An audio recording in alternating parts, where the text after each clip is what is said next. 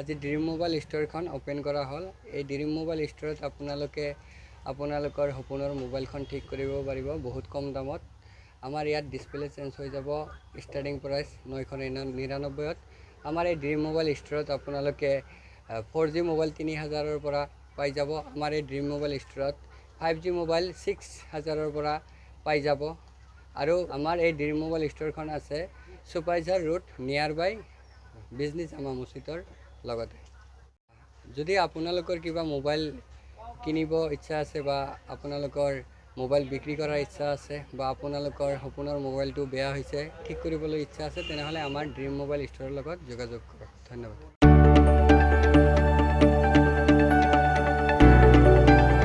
गोजोनथाव खौरां बर'नि आंगोथार गोथाव ओंख्रि जानो मोजां मोनग्रा रायजो राजाफोरनि थाखाय गोजोनथाव खौरां। बर'नि आंगोथार ओंख्रि जानो मोजां मोनग्रा रायजो राजाफोरा बे गोदानै खुलिनाय लाइजौ हटेलाव हाबफैनो हागोन। जाखांफुहांनाय लाइमोन फालांगिरि गपेश बसुमतारिया अदालगुरिनि टंलायाव बेखेवदों बर'नि आंगोथार ओंख्रि मोनग्रा गंसे हटेल।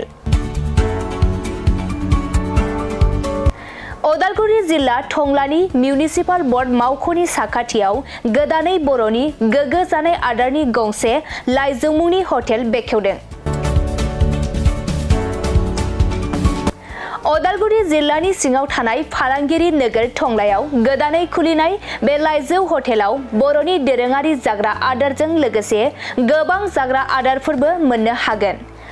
गोदानै बेखेवजानाय बे लाइजौ हटेलाव अमा बेदर, बोरमा, लकेल ना, साम', नारजि, अनला खारै, थास', मैथा आरो नाफाम आरो गोबां आइटेमफोरखौ मोननो हागोन। बेनिखायनो नोंथाङाबो अदालगुरि जिल्ला टंला लामाजों थांलाय फैलाय खालामोब्ला बे गोदानै खुलि जानाय लाइजौ हटेलाव हाबनानै बर'नि दोरोङारि गोथाव जाग्रा आदारफोरखौ जालांनो हागोन।